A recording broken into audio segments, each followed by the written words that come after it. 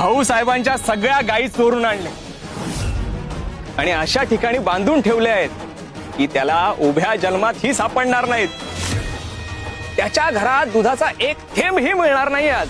मी पण स्वामींच्या नैवेद्यासाठी गावातलं त्यांना कोणीही दूध देणार नाही याची व्यवस्था करून आली आहे. त्यांना सांगितलंय, अंगद ज्योतिषशास्त्रींनी सांगून ठेवलंय, जर त्यांना कोणीही दूध दिलं तर त्यांच्यावर मोठा कोप होईल म्हणून, आणि त्या भीतीने त्यांना कोणीही दूध देणार नाही. स्वामी आले तरी त्यांच्या सेवेत असं विघ्न उभं राहील की भाऊसाहेबांची सगळी भक्तीच कोसळेल.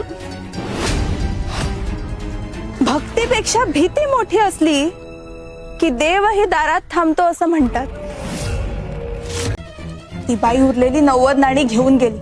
म्हणाली, अचानक धनलाभ झाला तेच धन वाढतं. आपल्याला भाऊसाहेबांकडून अचानक धनलाभच झालाय ना, मग आपण ही सगळं धन घेऊन जाऊ. मग ते धन 100 पटीने वाढेल. मी सगळं धन एकत्र करतो आणि लगेच निघूया आपण. ठीक आहे, चला.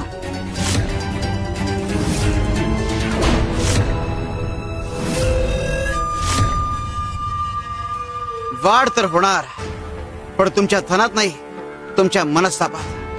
तुमचा स्वार्थ आणि भाऊसाहेब बालकनंदा यांची श्रद्धा यातली ही लढाई आता निर्णायक वळणावर आहे. शिवशंकर शंभा. मग सांग, घरात पाऊल ठेवताना तुझ्या बरोबर काय घडणार?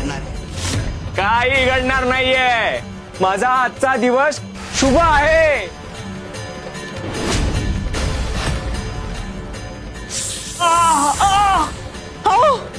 हो, काय झालं तुम्हाला? आता मृत्यू ओढवणार आहे, त्याचा काय करशील?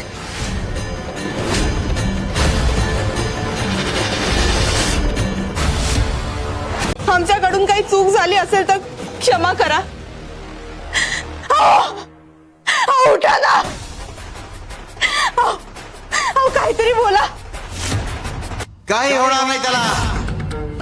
साप बिनविषारी होता. त्याचा अहंकार उतरवण्याकरता आम्ही घडवून आणला.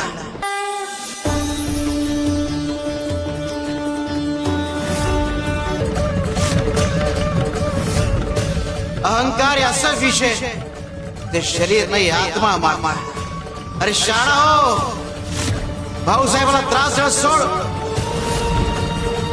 त्याचं वाईट चिंतन सोड. त्याच्या संपत्तीचा अभ्यास करू नकोस, नाहीतर पुढच्या वेळी साप नाही, तुझ्या कर्माचं विष तुला मारेल.